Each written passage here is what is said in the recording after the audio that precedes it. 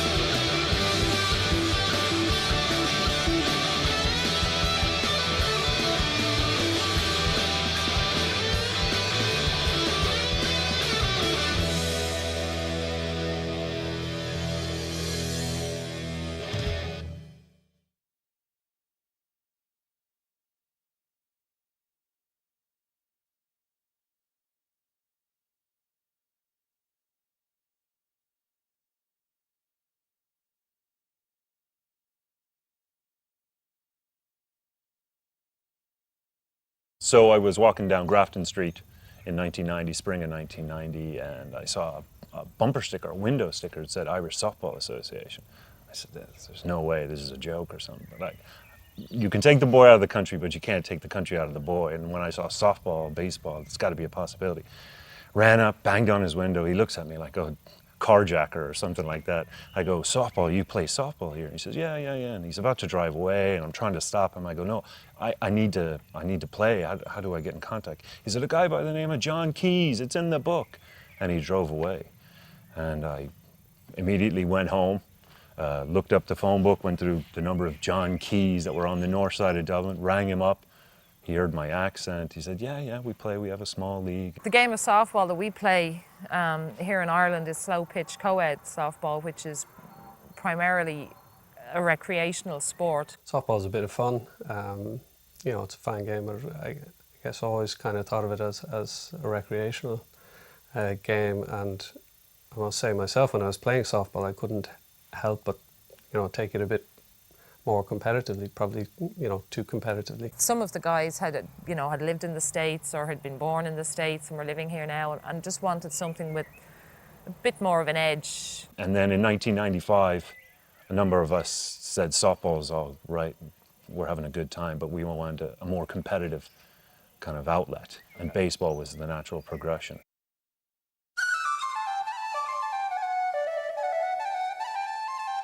At that time, we had grown to maybe 30 guys who were playing the game at the moment. We had no league.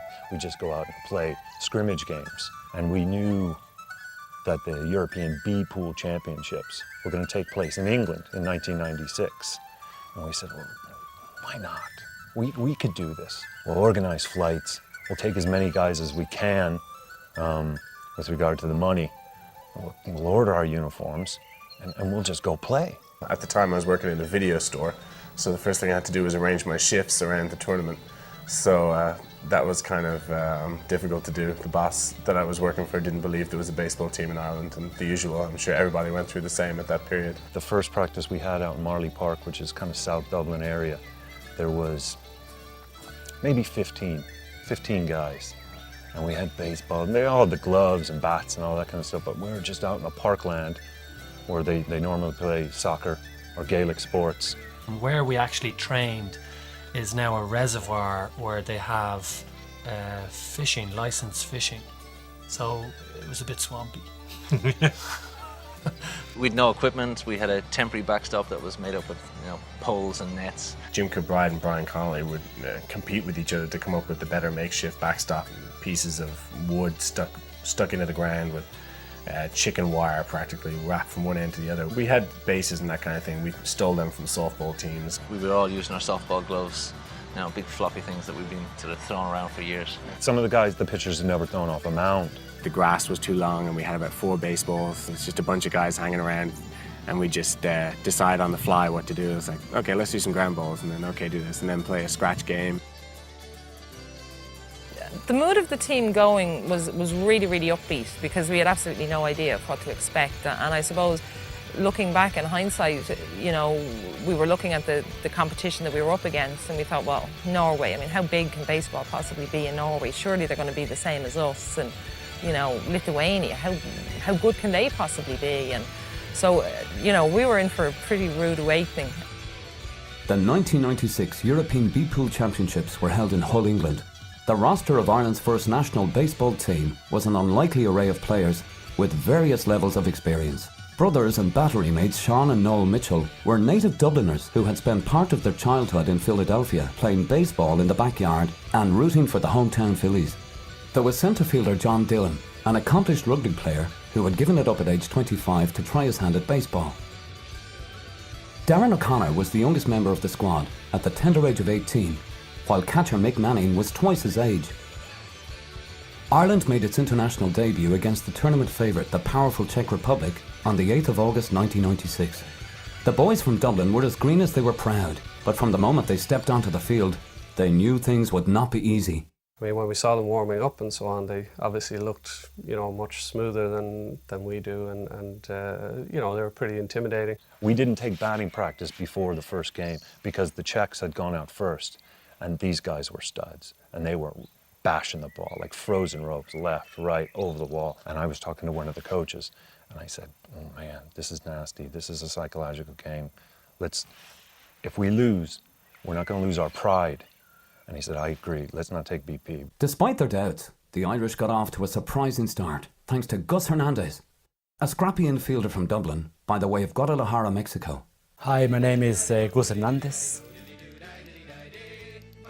Gus O. Hernandez, you mean? Yeah, the Kerry boy. That fine Kerry accent. I'm from Guadalajara, Mexico originally, and I came to Dublin in 1989 because my wife is from Dublin. I was the first at bat against the Czech Republic and the first international baseball game, you know, for Ireland. Well, I felt great, you know, okay, let's see what's happening. I just saw the pitch was strong pitcher, left-hander. So I get in the box and everything. The first pitching, I saw the ball coming straight to me in the middle, and I just go for it. When I hit the ball, I just start running. And then before I go first base, I heard the noise, the shouting, everybody was great, you know. I guess it was very surprising that Gus got a hit to begin with. It was a huge moment for us, really. We thought, this is the greatest thing. Gus gets a hit, lead off, we're laughing. You could see Gus's grin from the dugout. I mean, everybody was really thrilled at the time. I felt like I was really an Irish person that day, you know. I was proud. We thought, this really isn't that difficult. We can all do this. We were thinking ahead. Brian's up a couple of bars. Maybe he can get Gus around. We're going to score a couple of runs in the first inning. When that first hit came in, there was just that fraction of a second when you thought, is it possible? Can we actually do something here? You know, maybe we're all wrong coming here with no expectations. Maybe we should have high expectations. The Czechs were very, very relaxed, and they had a kind of a little grin, the pitcher had a little grin in his face, and I think we should have really known what was coming. Well, immediately he got picked off first base anyway by a big left-handed pitcher that we'd never really seen a left-handed pitcher before. So that kind of took the wind out of our sails very quickly. It was just one of those days.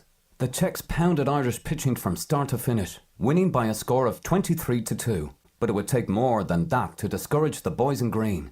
At the end of the game, I'd never seen a happier bunch of guys coming off the diamond after getting massacred 23-2, because we had done it. We had proven that not only could we play, we could put on the uniforms, we could score runs. They could certainly score runs, but not enough to win. The Irish dropped the next 3 games to Norway, Poland and Lithuania. They had been outscored by a combined total of 77-18. They had committed 35 errors. Irish pitchers had allowed 45 walks and 35 hits. With 1 game remaining, frustration was beginning to set in.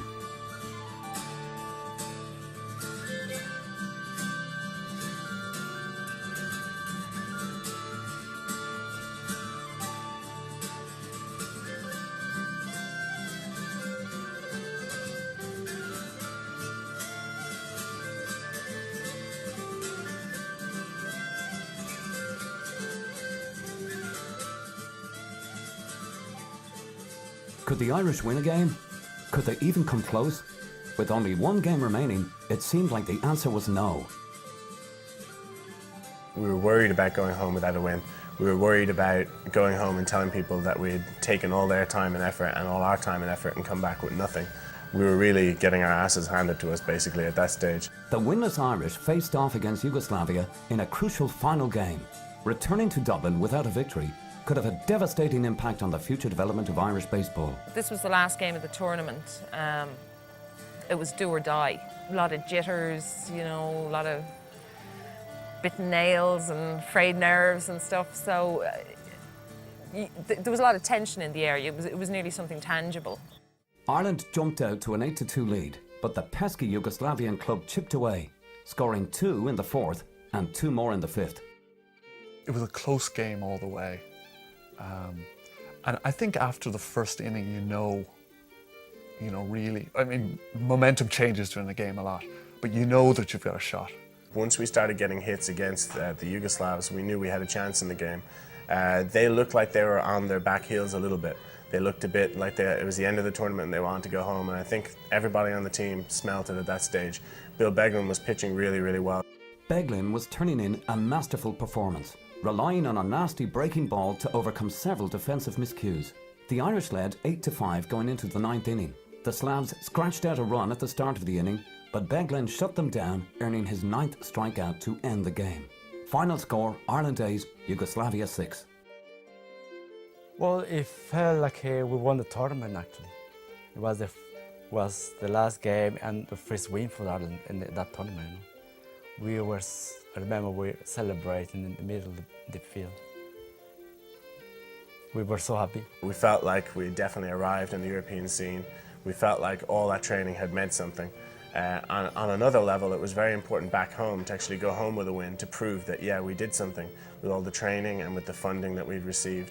And with a lot of people's time and effort, we had gone there and actually achieved something by winning a game. It was the perfect finish for us, you know. So the feeling was, of course, you know, very excited and have a few beers as a team afterwards and all the rest. But I think in terms of the future, it was very important for us. Getting a win like that showed us that, you know, obviously we had a lot of work to do, but that we could play at that level.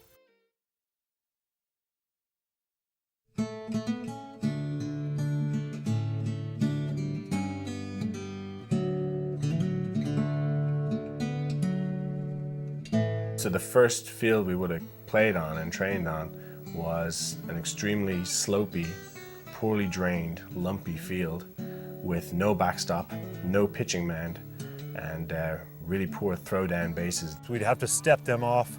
Some guys would have a long measuring tape, make sure that they were 90 feet, 60 feet, 6 inches to the mound, which is really just somebody using their foot to dig out a bit of mud.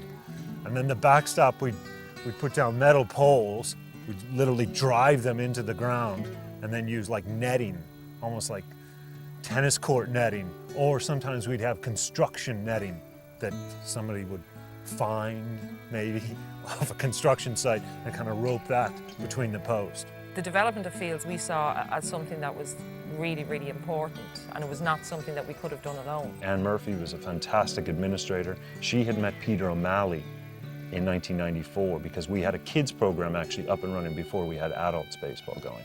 And Peter at that time had said, well, you know, we need to do more for baseball in Ireland. As an Irish American, tremendously proud man, incredibly giving individual as well. We talked about where baseball was at that stage, and he asked what he could do to help, what was our biggest needs. And at that point we felt that developing a field of our own where we could have our own permanent mound particularly was of the utmost importance, so he offered to help us to pursue that.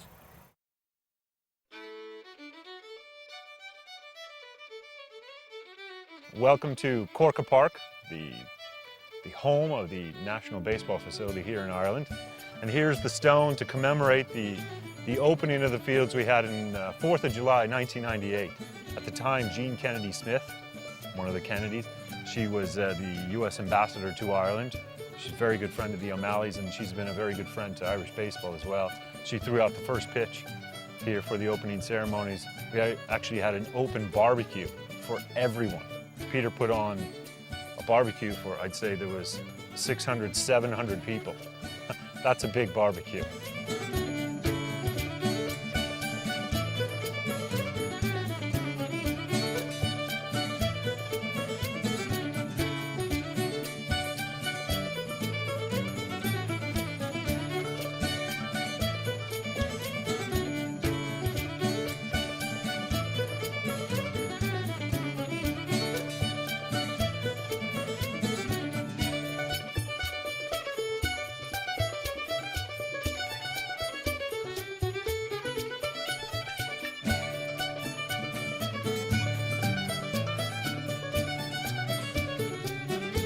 The building of the field in Corky Park, first of all, obviously gave us a place to play, but mostly it gave Irish baseball a home.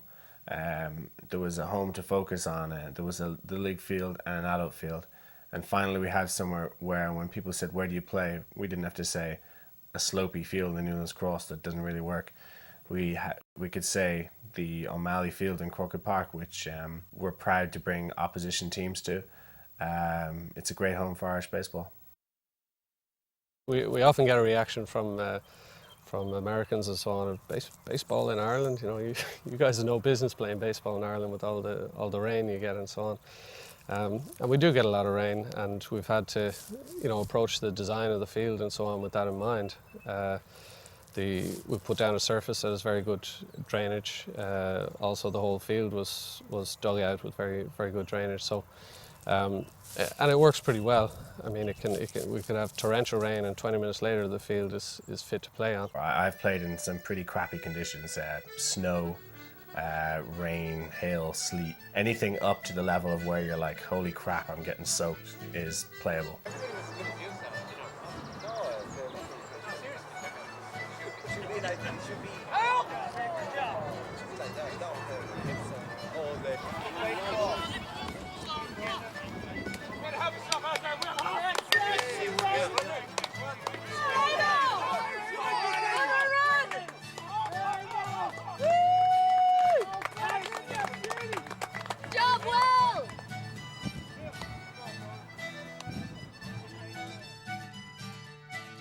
I think, count on one hand the number of games that I've seen called off, if that, considering the Irish weather.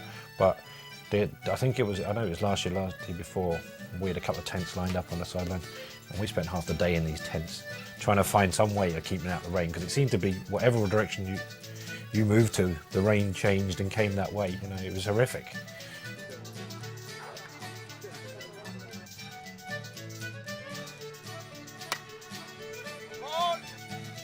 Yeah, we play through some horrendous weather. You get bad summers over here, and you can't keep getting rain out after rain out. You know, you're just going to have to buckle up and play through it, you know. It's probably snowed or hailed at times, but nothing too drastic, nothing that we couldn't handle.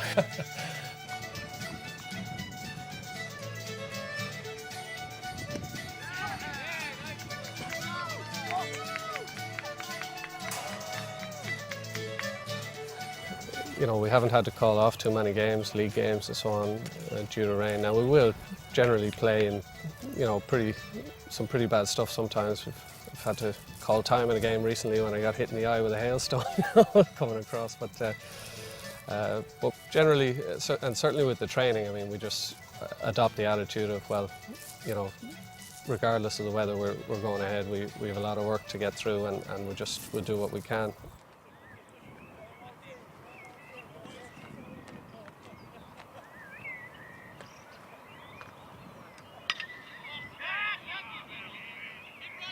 So now that you've got a field in place, that's great. It looks pristine. Now you're playing on a day-to-day. It's in a public place. So there's all sorts of people around the field. We've gone out there and found people playing golf in our infield, you know. Big divots are missing as they hit golf balls against our backstop. So, you know, the day-to-day challenges of the field are get out there, get the bases set up, get out there and make sure the grass gets mowed. All of us take playing baseball for granted, but it's hard for them in Ireland. It's very, very hard, and they're very dedicated. I go over to Ireland and I watch the men, grown men, playing for the Ireland's national baseball team with their own lawnmowers, with their own rakes, you know, weeding the fields, cutting the grass, lining the fields. Everybody chips in. No prima donnas here. That's what we need to keep the field in good shape, because we just have ourselves. We have the league, we have players and a committee, and that's it. There's no backup, there's no groundskeeper or anything like that. We actually have a system out where the home team before a game rakes the field before the game. The worst part is after the game we have to rake it again.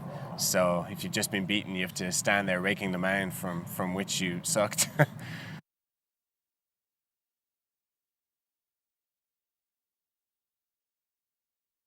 With a home field and 4 years of playing experience under their belt, Ireland's national baseball team returned to international competition at the 2000 European Championships in Croatia. The veteran Irish lineup was bolstered by the addition of Chris Foy, a first baseman from New York who had recently moved to Dublin. But this year, Ireland's troubles would begin before they even stepped off the plane.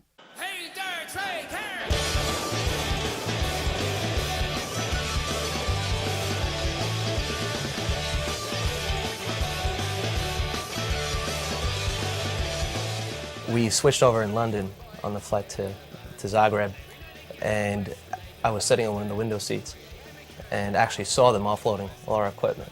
Some of the guys saw it being taken off the plane before we took off. And we were worried then, you know. We were sitting there and the plane's starting to back out and all the guys are going, "There's our luggage sitting on the tarmac." Did you say anything? Did you tell a flight attendant?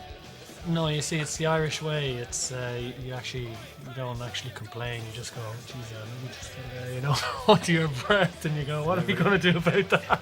Everybody kept quiet. And then, "Did you see that?" "Yeah, I saw it." "Yeah." We arrived in Zagreb airport and milled around for a while waiting for our luggage, and then realised it wasn't going to come.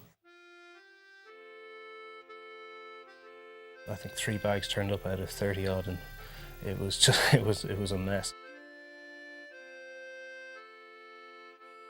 I was cool, my bag was there.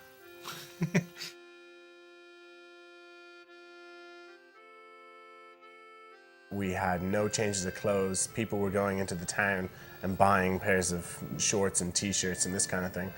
We got there for the opening ceremony and still at that point asking questions, making phone calls, trying to track down our luggage. The other teams took the field in their pristine uniforms, and we kind of strolled onto the field in flip-flops, shorts. Guys had the occasional jersey that they brought in their carry-on, Irish baseball t-shirts, and we must look like a motley crew. We were fortunate just to get it in time for the first game. Everybody except Paul Peake, whose bag went to Frankfurt for some reason. They may have had their uniforms, but Ireland's troubles continued when they faced Denmark in a disastrous tournament opener. The Danes blew the game open with 6 runs in the 4th inning and never looked back. Final score, Denmark 20, Ireland 9. Up next, the Irish took on Finland. Pitcher Cormac Eckloff allowed 1 earned run in 6 innings, but weak defence and a sporadic offence conspired against the Irish. Final score, Finland 13, Ireland 3. Ireland was in a tailspin, but a look around the war-torn country of Croatia provided the Irish with a healthy perspective. Croatia was absolutely fascinating. When we got there, when we actually flew into the airport, as we landed, you could see out of the corner of our eye, we could see 8 enormous Hind helicopters, attack helicopters, absolutely gigantic things. That was kind of the first hint of what was to come.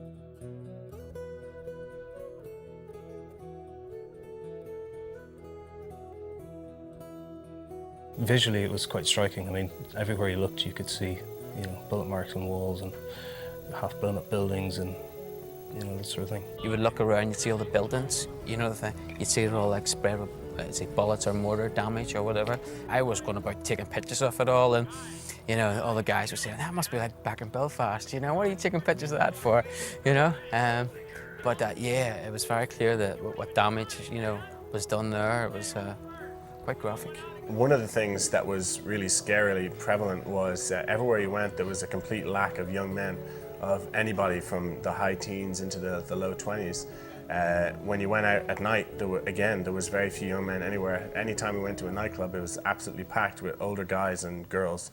there was just this very strange and actually unnerving lack of men our own age. And basically, they were all in military service or unfortunately dead.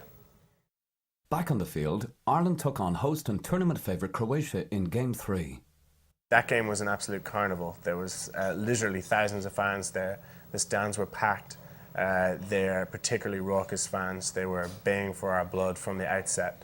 The underdog Irish exploded out of the gate, taking a 3-0 lead in the first inning behind singles from Chris Foy, Russ Manning and John McCarthy. Things were looking bright for the Dublin Nine for the first time in a long time. I can remember telling the coach, we're out of control. We're out of control. We're going to run these guys into the ground. And then the wheels really came off. Every pitcher we threw in there, and that includes me, couldn't get outs. They hit everything. They hit everything. Who started pitching that one? I did. I got pulled. I think I did. How many innings did you last? A couple. I don't know. I think I was pulled too early because it definitely got worse. When it rains, it pours, and the Irish were in the middle of a Croatian monsoon. Irish pitchers were pounded mercilessly as Croatia took a 22-4 lead in the 6th inning. Manager Rick Steen asked Chris Foy to take the mound in an effort to save his remaining pitchers for the following day's game. Foy, a first baseman by trade, was eager to help his new team in any way he could. It probably was about 7 or 8 years at least, maybe even longer, since the last time I pitched before that game. There was a lot of pressure on me, even though we were losing 14-15-1. We knew it was a pretty much done ball game at that point. But, you know, it was my chance to get out there and impress.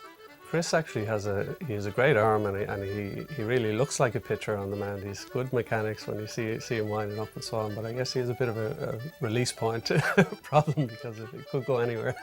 Chris's first pitch actually went up onto the backstop, a very high backstop, and obviously they knew they were going to kill us. Well, I think it was the first curveball I threw landed about 40 feet up the backstop, and I'm not even joking, about 40 feet up, and it actually stuck in the backstop. So now the coach is instructing all the batters not to even swing at my pitches. So that wasn't too bad, you know, I get used to that, that's the game. But, you know, out of the corner of my eye, as I'm going through my windup, I see the 6-year-old kid, and he's climbing up the fence.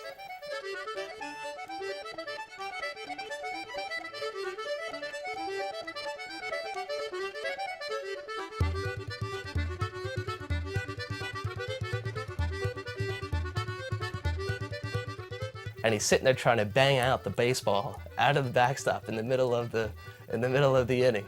And I just sat there. I just didn't know what to do. And it bounces out and back into play. You know, everybody just went nuts. The whole stadium, you know, pretty much just laughed at me. It wasn't a fun experience.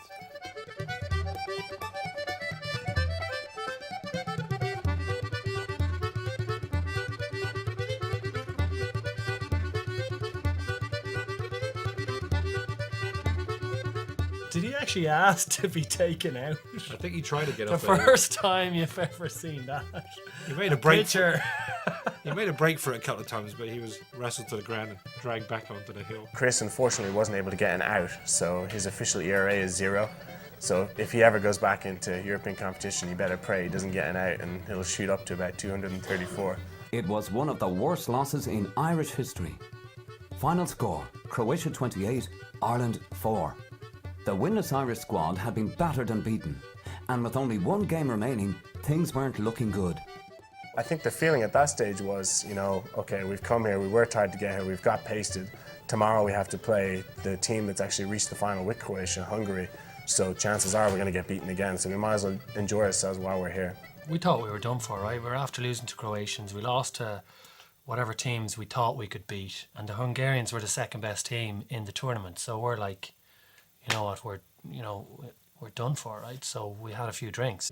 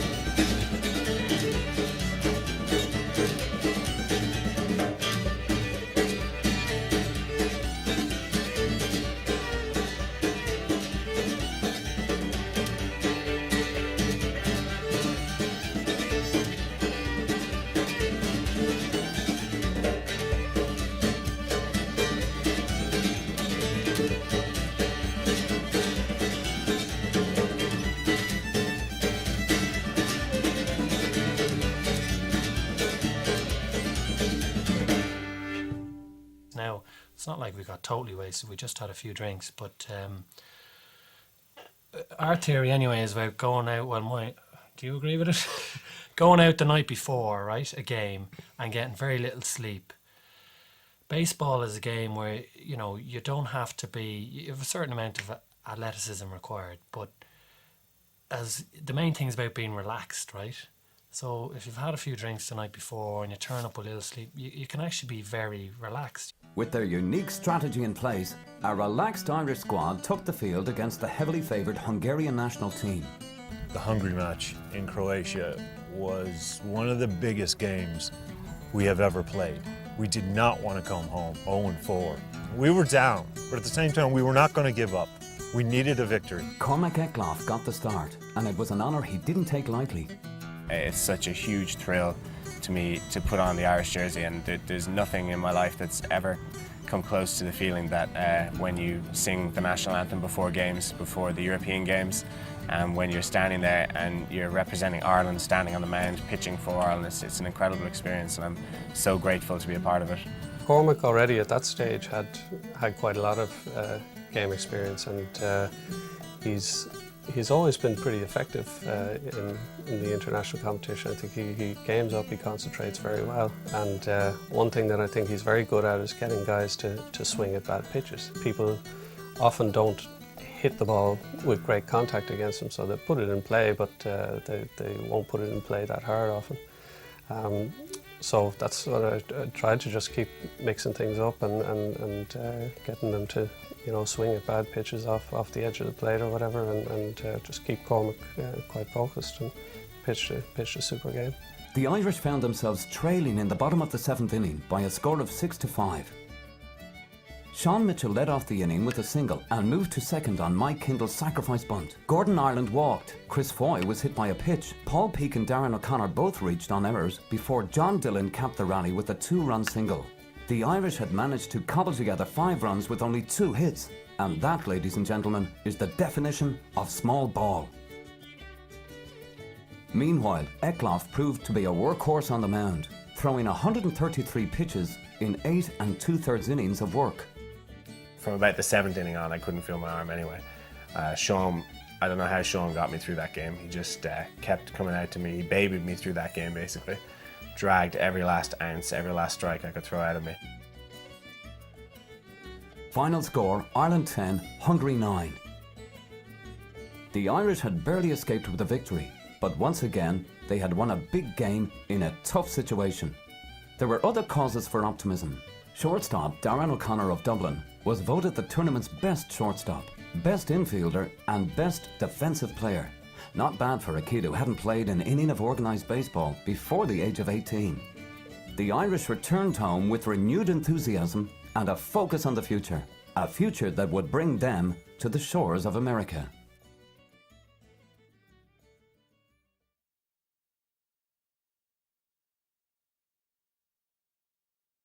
We decided we were going to go to America in 2001. We were going to take the national team and a youth all-star team. Pretty ambitious project, 55 people. But at the end of the day, it came down to money. And we raised £35,000. And that's a serious amount of money. We got great support from the Irish tourism department here in Ireland. They said, yeah, this is a good idea. We want 55 ambassadors to go to America and spread the goodwill of our country. And I think they got pretty good value for money.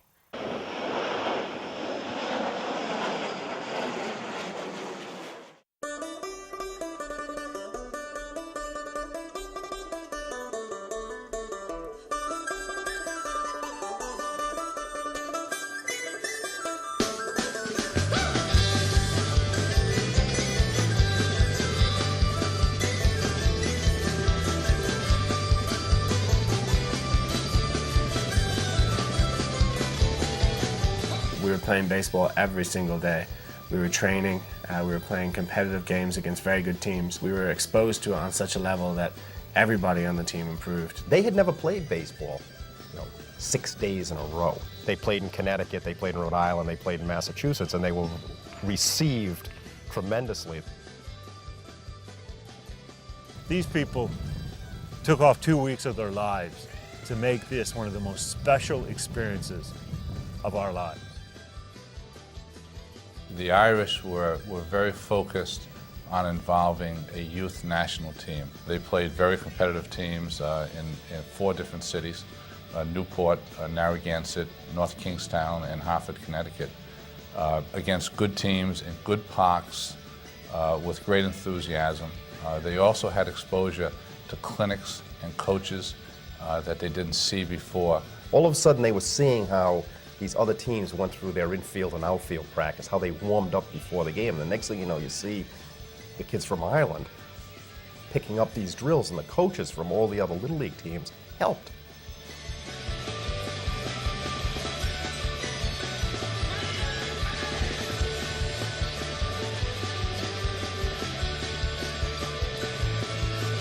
The kids had played really well at that stage. They'd even hit a couple of home runs. They were in their games, and they were really learning a lot of baseball, and they were definitely building up in their confidence because they had no problem slagging the crap out of us about the fact that we hadn't won a couple of games. Those players went back to their communities, to their neighborhoods, said, hey, this was fun.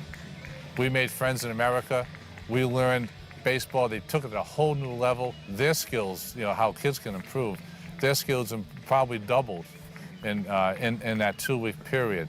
And I think that investment, that part of the program in the summer of 2001 is going to pay dividends for years and years to come.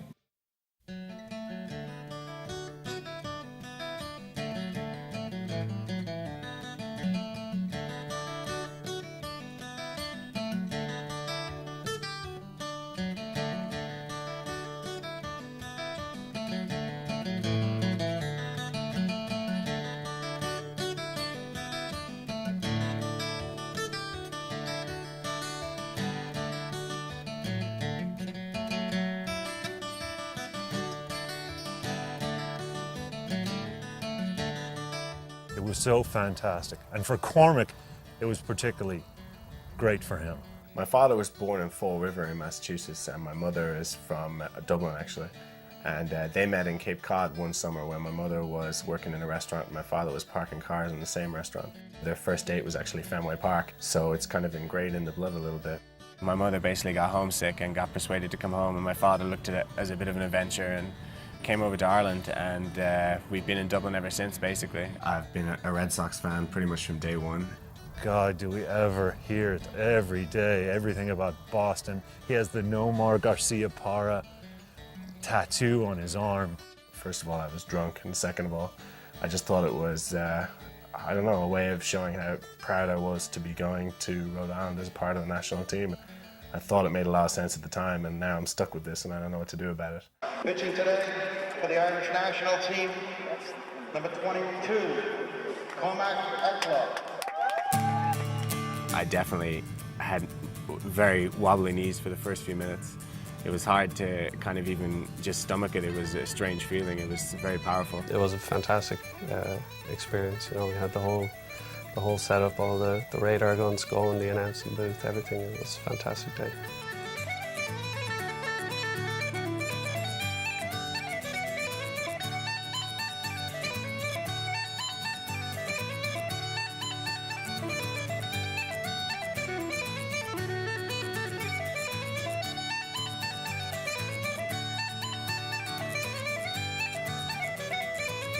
The game was a blowout, but they were anything but discouraged. Although they're very competitive and certainly wanted to win, they were very focused on ensuring that all the players had an opportunity to play the right positions and experience the day, and the value of experiencing the day would outweigh the final outcome of the score. It'd be like me walking out onto Croke Park or onto Lansdowne Road. You stand on the mound, and it's not many people that get to do that job, and you think of all the people who've been there before you, and it's a humbling experience. You really think this is for real, this is the big stuff, and we're here in this hallowed turf, it's fantastic. Nobody on the team was disappointed with the result itself, because frankly it didn't matter. It was a day to celebrate being in Fenway Park. I think it also provided a bit of a kick to the guys who maybe thought, oh, this is just a bit of fun. This was real. That they could compete not only in European Championships, but they could play in the Cathedral Baseball, Fenway Park. And we were providing them with that opportunity. I think it was a big It was an important step for the organization because we did pull it off.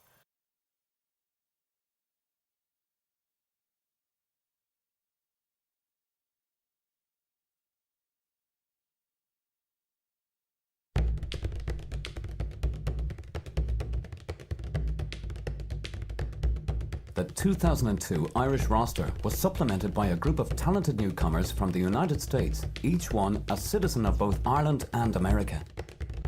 There was infielder Kevin Corrigan of Cleveland, Ohio, his cousin outfielder Tom Kelly, who also hailed from Cleveland but was currently living in Dublin. Brian Morris was a right-handed power pitcher from Baltimore. And outfielder Kevin Foy, brother of Chris Foy, added a much-needed left-handed bat to the already dangerous Irish lineup. Ireland renewed its rivalry with Austria in Game 1. The Austrians were a strong club who had crushed the Irish by a score of 14-0 in their only prior meeting. The Austrians jumped out to a huge lead and it seemed like Ireland was in for yet another crushing defeat. But this time the Irish fought back, rallying behind the bats of Kevin Corrigan and the brothers Foy. All of a sudden it's like, hey, we can play with Austria. You could see this energy build in the dugout where they would think, we're not as bad as we were the last time. We're not losing by 20 runs. With Ireland threatening to pull off a stunning upset, Austria was forced into a drastic decision. They changed their game plan to bring in their ace to shut our rally down. Obviously, it was only a moral victory. We lost the game, but we had forced Austria into a huge personnel decision, which possibly had an outcome in the tournament. So we were pretty proud of ourselves that day. Final score, Austria 8, Ireland 4. The Irish had nearly pulled off a stunning upset in the opening frame of the tournament. But the boys from Dublin were not going to be satisfied with moral victories. They wanted their first medal. Game 2 saw the Irish squeak out an 8-7 decision over Lithuania, behind a complete game effort from Brian Morris. The Irish continued their winning ways the following day with a thrilling 10-9 victory over Finland, thanks to a game-winning single in the 9th inning by centre fielder John Dillon. With a much-deserved day off coming up, the Irish celebrated late into the evening, stopping only after they drank an entire bar dry. It seemed for a moment that Stockholm wasn't ready for this revamped Irish squad. Then we came along and we met Sweden in the semi-final, and we knew Sweden were going to be the toughest team. They had come down from the A pool, and in all their games up to that point they had absolutely beaten the hell out of everyone. Tournament host and gold medal favourite Sweden had annihilated everything in its path, outscoring opponents 46-4 in the first 3 games. But the Irish felt right at home, playing the role of underdog. We always think we have a fighting chance when we get into a game. If we get the right hits, we steal the right bases, we steal at the right time, luck's usually on our side. We'd seen it before that it's not always the prettiest guys that win, and we found that sometimes we can upset teams like that, upset their rhythm, be aggressive, and they can often fall apart if we get on top of them early. So that's the way we approach it. The underdog Irish saw their good fortune continue as they jumped out to an early lead.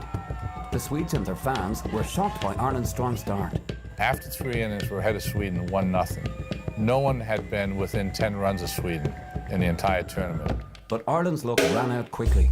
The Irish watched helplessly as their bats were silenced and Sweden's offense roared to life. Final score, Sweden 18, Ireland 1. The loss meant Ireland would meet Poland in the final game. The winner would leave Stockholm with a bronze medal, and the loser would go home with nothing but memories. Poland held a 5-2 lead going into the 7th inning, but the game was far from over. The Irish responded with 1 in the 7th and 2 more in the 8th. Just like that, the score was tied at 5-all.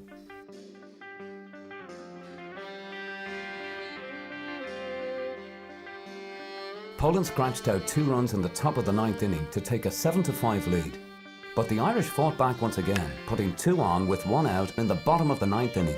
Paul Peake moved the runners over with a perfect sacrifice bunt, and suddenly the Irish were closer to the bronze medal than ever before. Left fielder Tom Kelly strode to the plate, hoping to deliver the big hit that would bring the bronze medal back to Dublin. We had runners on second and third. I think we were down by 2 runs. Runners on second and third, and I think the pitch was 1-1.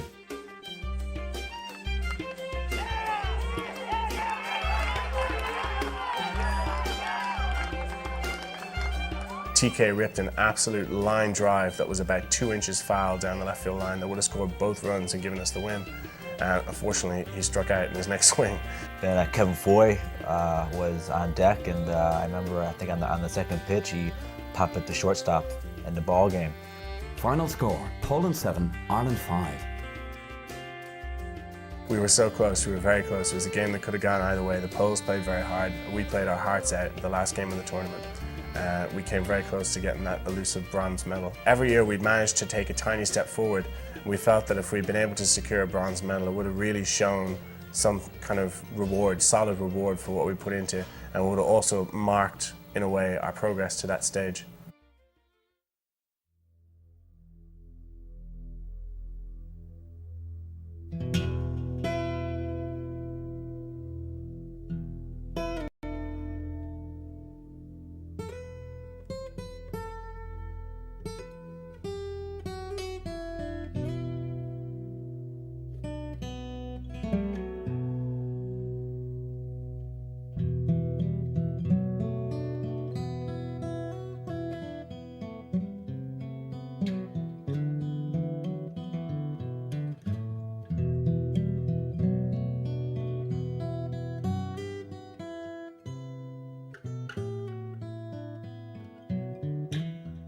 To most people, baseball is strictly an American sport, but to this dedicated group of enthusiasts, baseball is breaking down barriers and building ties between people from all parts of this city.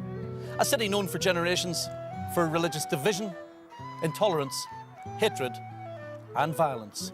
The Yankees or the Red Sox, they are not. But what these guys lack in skill and talent, they make up for in sheer enthusiasm. I lived in the States as a child for 4 years in Columbus, Ohio, and my first taste of baseball was going to see the Columbus Clippers, a minor league team, and I immediately fell in love with the game. I just thought it was the perfect sport. This field is in a staunchly Protestant area of Belfast. These two teams, the Panthers and the Wolves, are made up of Catholics and Protestants. Most of these guys here are just playing it for the game. You know, religion doesn't come into it, community doesn't come into it. It's just about sport. Let's go, guys, let's get two!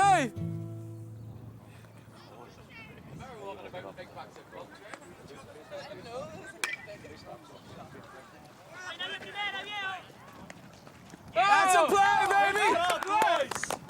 There you go, guys. It's a clean inning.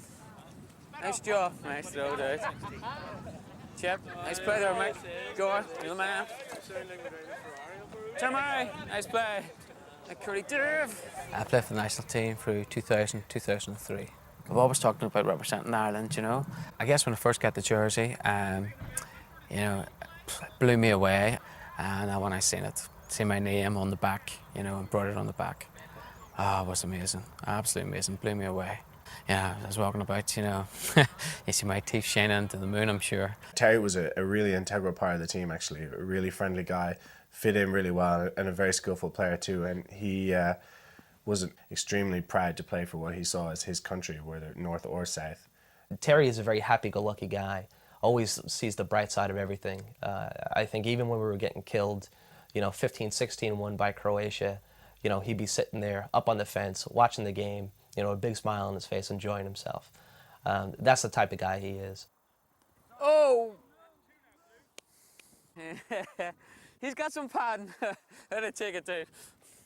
Because it's apolitical and because it's associated with the States, which has a very positive view in Northern Ireland, given all the work that was done by a variety of emissaries to help move along the peace process. There's a very positive view of the United States there, and so this baseball is associated with America, so therefore it gets a positive write-up. It's apolitical, both sides of the divide play on it. Baseball, because it's new to Ireland, it's a neutral sport. The traditional sports that they've played up there have indicated, depending on which sport you play, it indicates which side of the fence you're on. At the offset, when we were first kind of settling into playing up north on a regular basis, there were occasional incidents. There was one in particular where Jim Kilbride and Mike Kindle were in a van. This is early days now. I think this is my second trip up there. Go up there, play our games. I think we got a W. And it's early afternoon, ready to head home. And we're cruising down, and Jimmy's kind of like, oh, jeez, this traffic is desperate. I don't want to deal with this. I know a shortcut. And we're kind of coming into a village down a back road. Looks left, looks right, makes a turn onto a road, and literally, I don't know how he did it. We were in the middle of an Orangeman's parade with the pipes and the drums, and there's Union Jacks flying on either side. And I can see guys kind of like, this is not right. These guys should not be here. We should not have been there. We go maybe 50 meters, and there's an army checkpoint. And these guys are decked out. Camis, helmets, machine guns. Guys, stop. Jimmy stops the van, and I look over into the bushes, and there's a guy like this. And there we are in a panel van, 3 knuckleheads, unshaven, dirty, grimy, with baseball caps on, in a panel van with Dublin registered plates. When the police opened the back of the van, they found a large number of baseball bats. I'm going to jail, or I'm going to die in the middle of a Unionist Loyalist Orangeman's parade in Northern Ireland. How am I going to explain this to my wife? I can see Mike Kimball trying to talk his way out of that one. They were eventually let go and finally got home, but I think they learned the lesson never to take a wrong turn coming back from Belfast.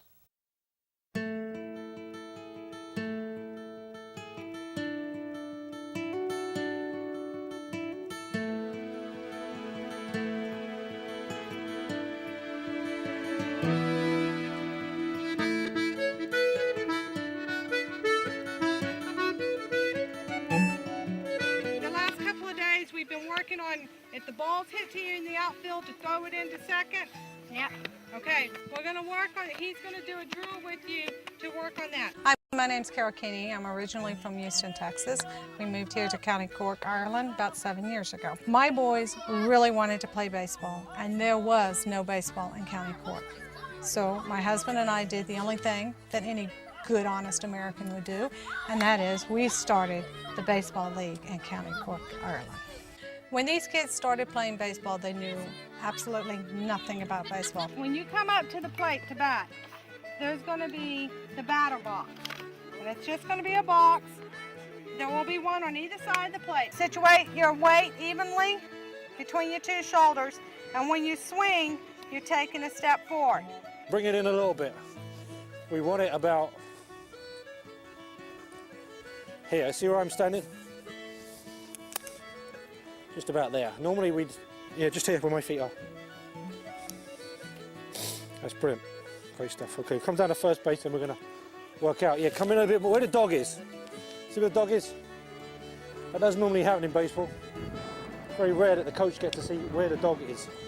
Although there's a lot of sport in Ireland, and we found this talking to a lot of parents, the kids don't get their game. They're on the bench, they're sitting out. There's, for whatever reason, the kids don't get picked, so we don't have that. We have the Little League ethos where everybody gets to play. Okay. Oh, you go. Ready? Big swing. Oh, try again. You're gonna run fast, right? You're gonna run fast? All right, here we go. Run, run, run, run, run, run! Keep running, Neil. Okay. I've been involved with the youth camp since the first summer I came over to Ireland. I was part of the plan was to help develop youth baseball. Come on, Neil! Come on! Touch! Touch it! Yes, sir. Hey, I told you it was bad hits, home runs. We try to make every kid feel and look successful to everyone that's around, So I think that's, just them alone achieving, hitting a home run, even if they miss the first 2 bases and just run to third and back to home, it makes them feel good, it makes us feel good, and hopefully it'll make them come back. PJ was absolutely fantastic. He was so good with the kids. They can be pretty tough, and to try and get a bunch of kids of that age group to maintain their attention span for any length of time is a really difficult thing to do. Nope. Stop, stop, stop, stop. Yes! Come here, you're too far away. Switch this hand down below. Now move this hand up, and this hand up. There you go. Now hit the ball.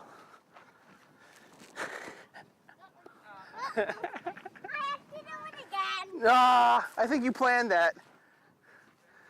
Try that again. Stop. You gotta turn your hands around. This hand down here. No. This hand up. There you go. Now come close. Now hit this ball hard.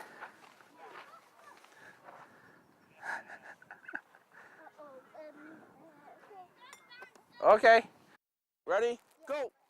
At that age, it's more important for them just to stay active. And baseball can be a very inactive sport. You got to keep them moving.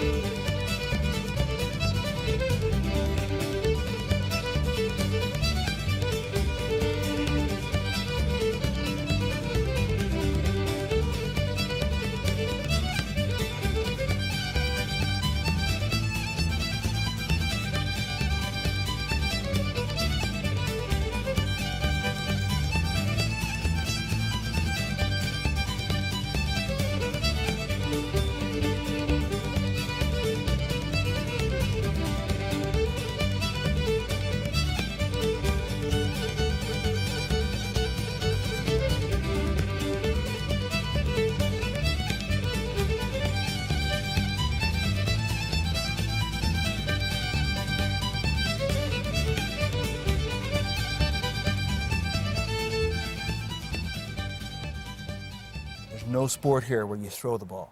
Everything is hitting the ball. Hurling, there's a bat, they call it a hurl, but basically it's like a short hockey stick with a round, flat part in the end.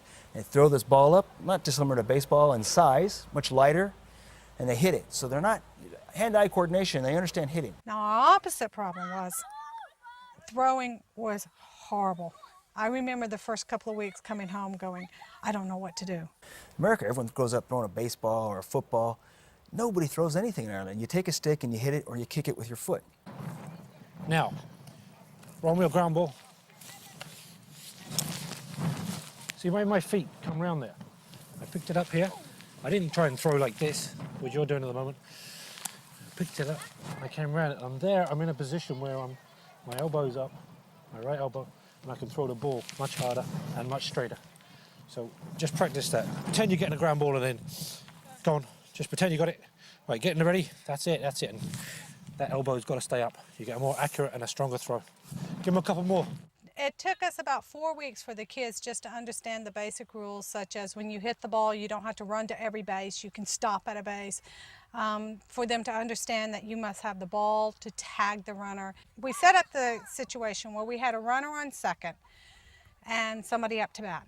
And I was explaining to the kids that to stop the runner from getting to third, you had to tag him out because he was not forced to run. So we started the play, the ball was hit, I had my back to the shortstop, and I yelled, now don't let that runner get to third base. And the next thing I know, out of the corner of my eye, I saw my shortstop do a perfect soccer slide tackle and completely take the base runner out. It was then that I realized that you have to explain everything to the kids. You can't assume that they understand the baseball lingo like kids growing up in the United States would. Hi, my name is Chloe Bly. I'm from Ryland. I've been playing baseball for 5 months. Do you have a favorite baseball player? Yeah. Who? Benny Williams. Billy Williams? Benny. Or it's Bernie or Benny. Oh, okay. So can you just say my favorite baseball player is Bernie Williams? My favorite baseball player is Bernie Williams. And can you say it again and then tell me why?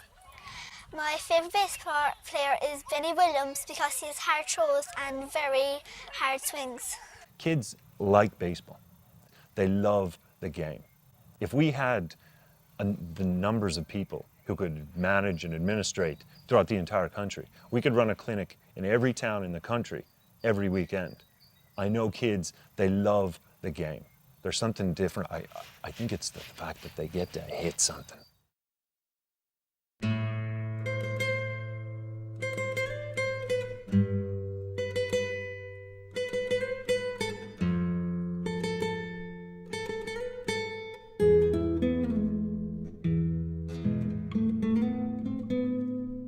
name is Ivan Galan, and I'm originally from Cuba, and I came to Dublin, to Ireland, so in 1994, May 1994.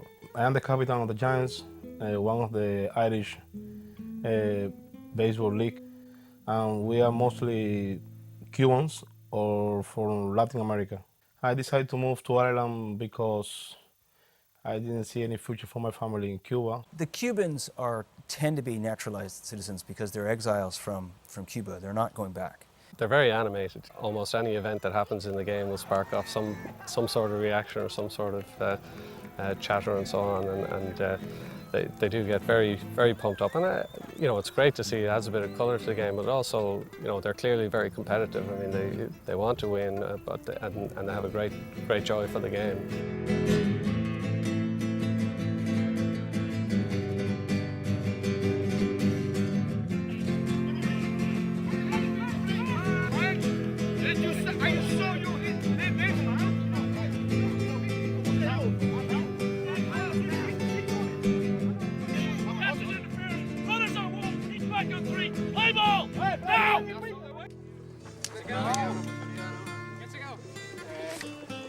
Hello, say hello to little Frank. It's interesting that they have a couple of different sort of age groups. Some of the older guys would obviously have spent more time in Cuba growing up. Quite strong baseball skills, even though some of them are getting longish in the tooth at this stage. Not that I can talk, but what you see is a 45, 50-year-old man out there playing baseball and loving the game and missing it. And that's why they joined in, and that's great to see. And there's kind of the young guys who've mostly grown up here, looking to the older guys for instruction and so on. They see us playing baseball, you know, we are the parents, so, you know, now and then you look at them, it's kind of cool. Let's try it. Let's see what happens, you know what I mean? Because you see them, they're so exciting playing that game. Let's see what's going on, you know? And then they end up loving the game, you know, because at the beginning they didn't, you know, oh yeah, whatever, you know? And we have to sometimes push them. Come on, let's do it. Get a glove. Let's throw it, you know? That's it. I want to play football, you know? And now they love it. Hi, my name is Jimmy Peter. I'm 18 years old and I play for the Irish national team. I was 9 when I came to Ireland, and my parents decided to leave because the situation is in Cuba, like the whole communism stuff, and we just came over here. He didn't have a chance to start playing in Cuba, so we had to teach him from the scratch here, you know, and see how far he went in 2 years and a half. How far he went, me practicing with him and explaining to him how the game is played. As we said in Cuba, he having his blood.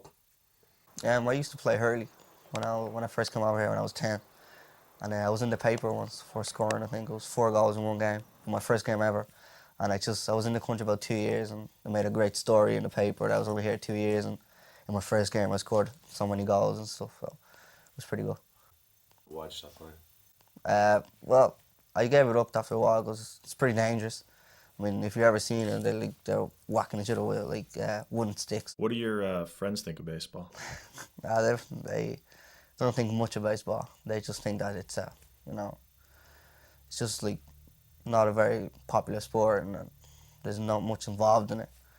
But I think it's great that I'm playing for Ireland. I mean, I don't care what sport you play, as long as if you represent the country that you live in. I think it's a great honour. It doesn't matter what sport you actually play.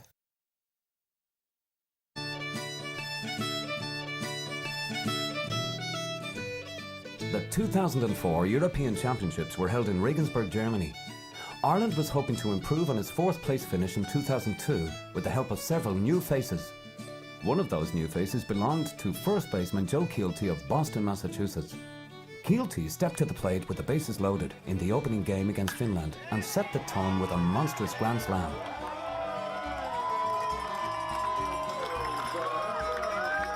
The Irish bats continued the onslaught, scoring 10 runs in their first 3 innings, behind big hits from Kevin Foy, Pat Nolan, Russ Manning and Gareth Donnelly. Ireland was well on its way to its biggest margin of victory in international play.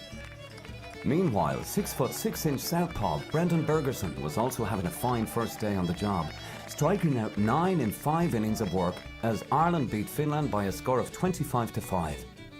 It was a fantastic coaching debut for Sean Mitchell, who had hung up his spikes and was now sharing head coach duties with PJ Fox.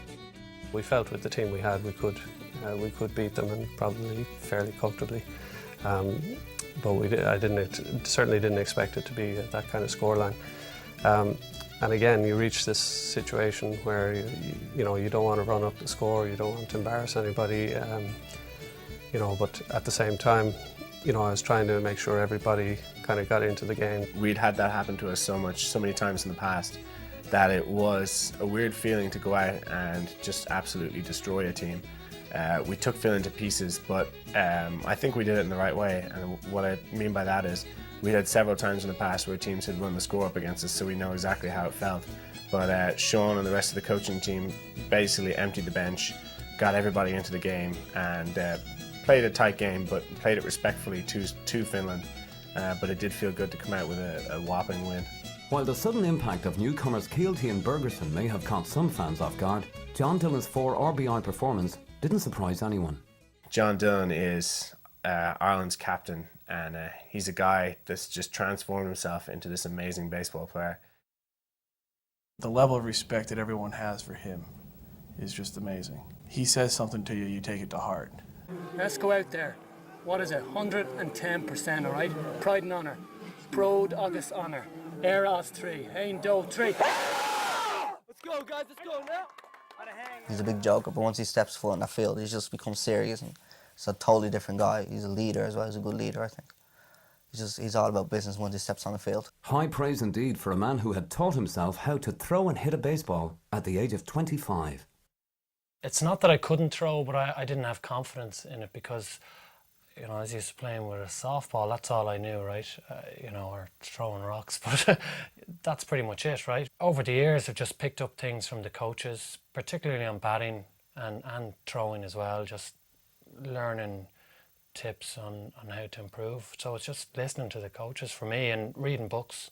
When we look at his record in the European Championships, you can see that he's one guy who's consistently hit above 300 throughout all the tournaments that we've attended since '96. It's great to be able to say that about a purely Irish, born and bred and based player. The Irish met Austria in Game 2. The Austrians were a slight favourite, but the boys in green were confident they could build on their performance in the tournament opener. Coaches Mitchell and Fox gave the start to Chris Gannon, a crafty southpaw with a cannon of an arm, who had been a teammate of first baseman Joe Keelty at Boston College. Gannon got off to a rocky start, hitting 3 batters and allowing 2 runs in the first inning. I came out there and practically hand-wrapped them 2 runs, and could have been a lot more. Like, I started off and I felt okay. I mean, you can never know. Like, people ask you how you feel, and you say, well, I feel great. And you go out there and you give up 10 bombs, and you walk about 15 guys, and then some days you're like, I feel terrible, and you go up there and you throw like a 1 or 2 hitter. Gannon put his early troubles behind him and took control, relying on a moving fastball and a fantastic selection of breaking pitches. He settled down extremely impressively and started to strike guys out, got his fastball going, trusted his changeup a little bit more and his curveball. He really showed us what he had that day. He kept the score, he kept his right in it. The score was tied after 8 innings at 2 each. The Irish went to the bullpen in the 9th inning, hoping to keep the Austrian offence at bay long enough to mount a rally of their own. Cormac came in, did an absolutely phenomenal job in relief. That was a huge game, obviously, and to come into a game when it was tied at 2, obviously the usual feelings. I was extremely proud to be representing Ireland. It was a particularly big day for me because my father and my mother were in the stands, so I really wanted to pitch well that day. It was the best pitching from Cormac I have ever seen, and I told him that. He stepped up. He showed everyone that he still has it. The Irish bats exploded for 6 runs in the top of the 11th inning, and Ireland held on to win by a score of 8-2. Just like that, the Irish were 2-0. The march to the medal round continued against unbeaten Serbia-Montenegro. Who pitched that game? Who was my third starter? My name's David Callahan. The Game 3 starter was none other than Rhode Island native David Callahan. Callahan, yep. Dave Callahan pitched. He's on the mound, you have a shot. you know, any of our pitchers. But Dave's got that. He doesn't blow people away with his fastball. He depends on a curve, and I think he's got a slider, but it's ridiculous. A keen student of the game, Callahan had studied the tendencies of European hitters as a member of the Irish pitching staff at the 2002 European Championships in Sweden. I would say the European batters definitely have a tougher time with the curveball. They can hit the fastball, there's no doubt about it, so I knew I was going to come in with breaking balls and just feed them to them all the time. Ireland took an early lead thanks to an RBI single by Tom Kelly and Joe Keelty's second home run of the tournament. With Callahan in control on the mound, it looked like the game belonged to Ireland. But Serbia fought back and tied the score at 3 going into the 6th inning.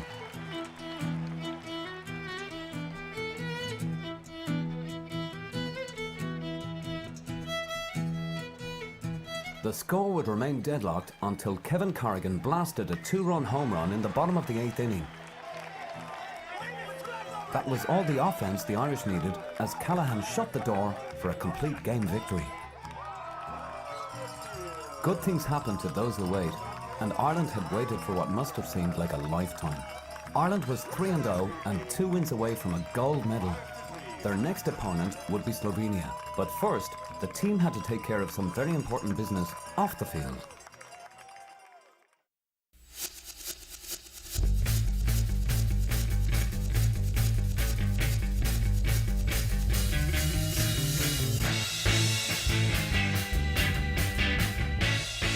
We met with the mayor of Regensburg. He turned out to be a car salesman, basically, trying to sell us the latest BMW model, you know, for 45 minutes to an hour. He was ranting on about the BMW 1 Series, and you know, like I could think, what's this got to do with me, and what's it got to do with baseball? I'm not buying one of them. You know, it looked like he was a political platform that he wanted to be there in the public domain, and it was another chance for him. But I saw no bearing on the development of Irish baseball anyway.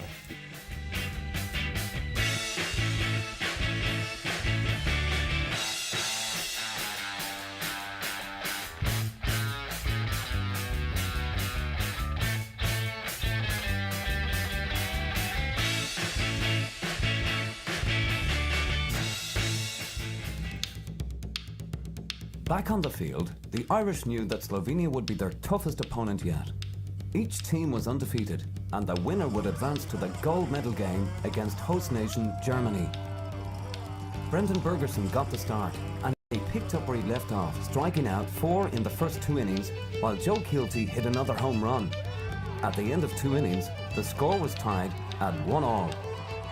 It looked like this could turn out to be one heck of a battle, but things fell apart quickly for the Irish.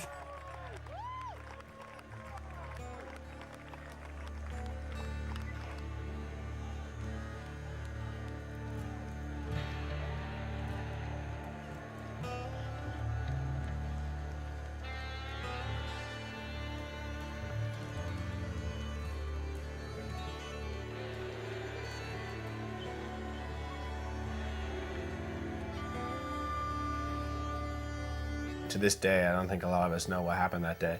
We had all the ingredients in place, but things just didn't go right on the day. And it was a combination of things. It wasn't any one thing. We didn't get on base. We didn't hit the ball. We had errors in the field. It was an overall pretty disgusting game. Final score, Slovenia 13, Ireland 2. The Irish were devastated.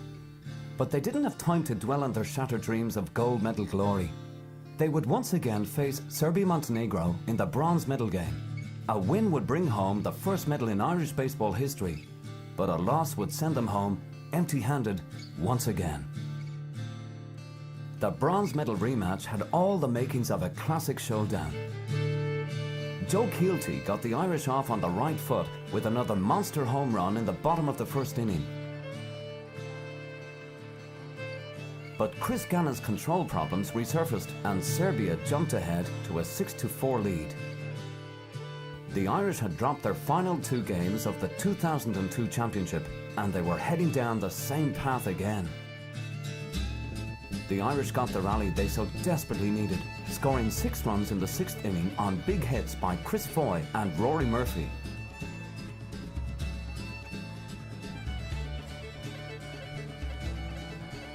Kevin Corrigan's 2-run home run in the 8th inning added to the Irish total.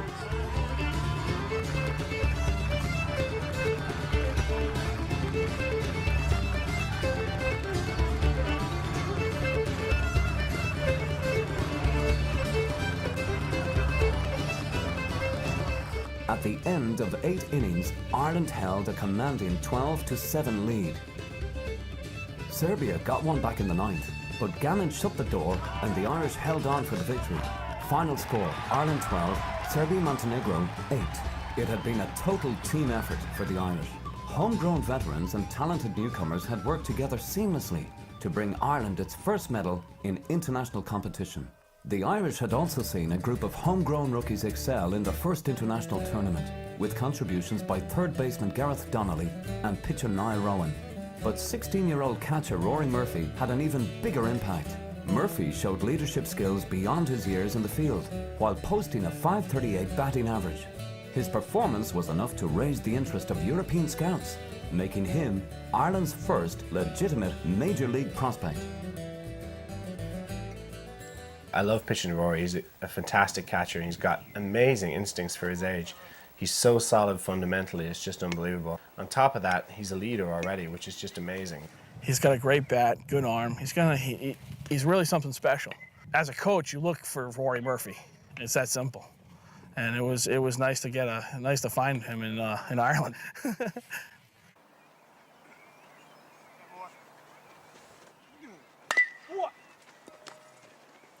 If a player such as Rory Murphy, who's considered one of the top players in Ireland right now, if he were able to make it to the major leagues, I can't think of anything else bigger that would happen or more impactful in helping grow the game in a shorter period of time than for kids to be able to see someone from Ireland make it to the top level. It would create television interest for us to help get the game on TV, media, newspaper stories.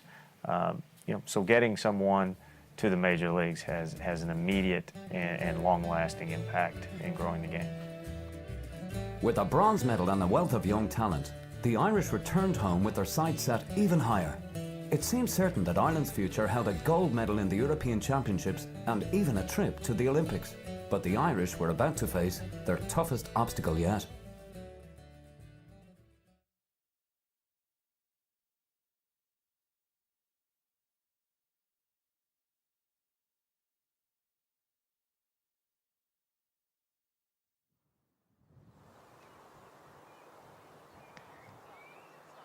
I'm very disillusioned, to tell you the truth. I'm disillusioned with the Olympic movement at this moment. There's 38 countries who play in Europe, but no one really cares about that. They only think that it's an American sport. Baseball coming out of the Olympics won't affect hotbeds of baseball. Dominican Republic, Japan, America, Central America. It's not going to affect them too much. They don't grow up thinking, I'm going to play for my country one day. I believe they dream of playing for the New York Yankees or the Texas Rangers. Kids in Europe who grow up, for example. The ideal of playing for a major league team is so far-fetched. The next step is playing for your country. Kids grow up thinking, I'd like to represent my country. That's the ultimate prize. And so when you think, well, I'm not really interested in playing Major League Baseball, I want to represent my country. That's where I think baseball out of the Olympics will affect Europe more than the United States or the Far East or Central and South America. Without that funding, it'll put a lot of pressure on us. We do not get a lot of funding outside the Olympic Council of Ireland. We're going to survive no matter what, but it's going to be difficult.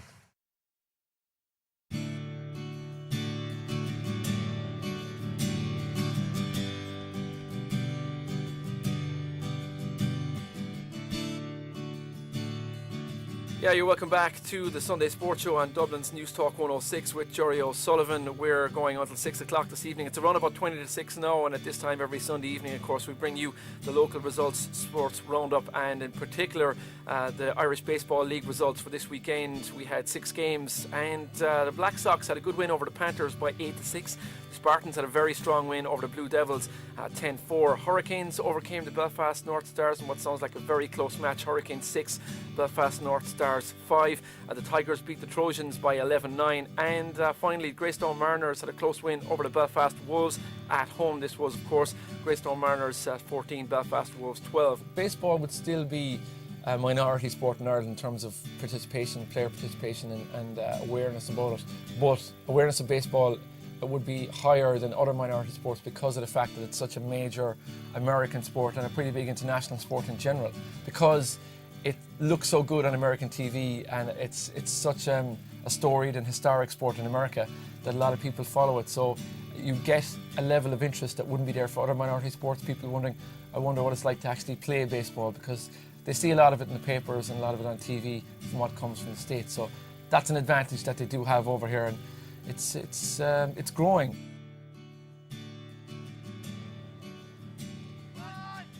Good job, Jimmy! Hey, yeah, boy, Jim. Good job, Jimmy.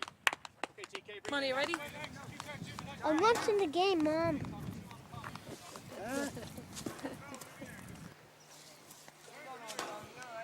It's number 7 and 1. 7 and 1. Go on, number 7 and 1. It has taken quite some time, but you know what we have, while our base is quite small, we've got a very, very dedicated base who give hugely of their own free time to make all of the things that we need to happen to make sure that they do happen. We're really a tight-knit group. We'd have to be that way. We'd have to be. Because if you didn't have a number of people getting stuck in and helping out for the cause, it would all fall apart. It would have, all these aspirations that we had, it would have all fallen apart. We have no business playing baseball in Ireland. Realistically, I mean, here it is. It's actually a beautiful day today, and yet it's cloudy and it's rained like 60% of the day. But at the end of the day, there's something inside. There's a heart that is Irish baseball that really sets us apart. And I think it's all athletics within Ireland. I think they pride themselves on that we're the little guys, but we're not going to get beat, and we're going to do our best to compete. And I think you combine that attitude and that work ethic with athletic ability and good coaching, and now we're seeing some progress. When I first started playing baseball, there was no way whatsoever that I would have ever envisioned it would become what it has become. It was something to do, it was, you know, a new thing to do, a new sport to try my hand at. I just thought, let's see what this Irish baseball is about and have a go at it. There's no way I would have envisioned that I would have made the friendships I've made. I could never imagine at that time that I would be pitching in the European Championships for Ireland for the best part of 10 years and making friends on that team for the best part of 10 years. I think it has grown beyond anything that any of us would have believed it would become. In all honesty, I probably would not be here if it wasn't for baseball. I probably would have packed my bags and went home a long time ago. I didn't know anybody when I moved to Ireland, you know, and that was a big, big move, it was a big step. And when I found baseball, I found 40, 50 new friends. Chris has been a huge part of Irish baseball down the years. He's really grown into it and thrown himself into it. I think this was reflected by the dozens of people that travelled from Dublin to the States to take part in his wedding.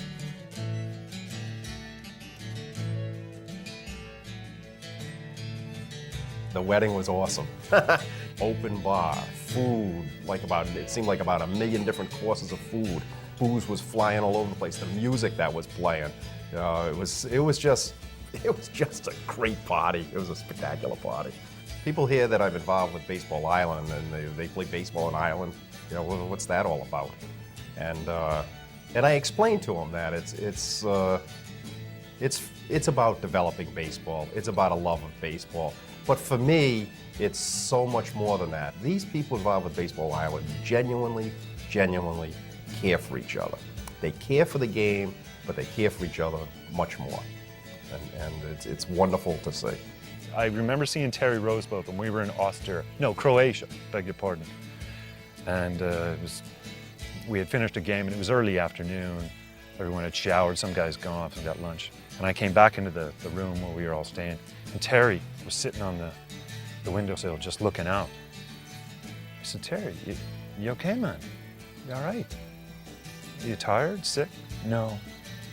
And then he just kind of looked out the window again. I go, are you homesick? He says, no, this is the best. This is the ultimate. Like, I can't get over.